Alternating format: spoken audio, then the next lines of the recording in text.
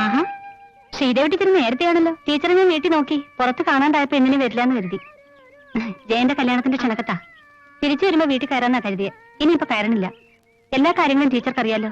എന്റെ പരിചയക്കാരെയൊക്കെ ഞാൻ തന്നെ നേരിട്ട് എന്ന് വിളിക്കണം. ശ്രീദേവിയുടെ കാര്യങ്ങൾ എന്നോട് പ്രത്യേകിച്ച് പറയണോ? ഇനിയിപ്പോ ക്ഷണിച്ചില്ലെങ്കിലും ഞാൻ വരും. പോരെ? ആ, ഒന്ന് രണ്ട് അടുത്തോടെ കയറാനുണ്ട്. ഞാൻ പോട്ടെ.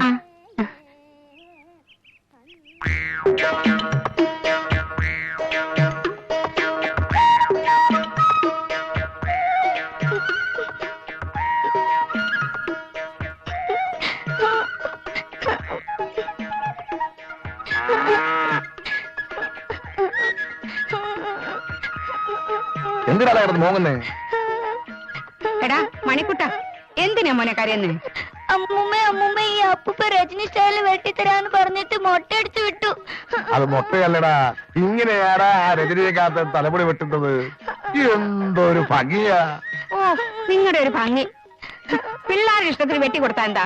കേറി പോടിയകത്ത്. അവളുടെ ഒരു വക്കാലത്ത് മൊട്ടയത്ത് വിരിഞ്ഞില്ല ചെക്കൻ. അതിനു മുമ്പ് അവന്റെ ഒരു രജനി സ്റ്റൈല്. പോട്ടെ മക്കളെ, മോൻ കരയണ്ട. ഇതിപ്പോ അങ്ങ് വളരത്തില്ല മോനെ. അതേ, അപ്പൂപ്പൻ ഉറങ്ങുമ്പോ നമുക്ക് അപ്പൂപ്പന്റെ തല മൊട്ടയടിച്ചു വിടാം. ഇപ്പൊ പോയി കുളിച്ചോ. നിനക്ക് ഏത് സ്റ്റൈലാണാ വേണ്ടത്?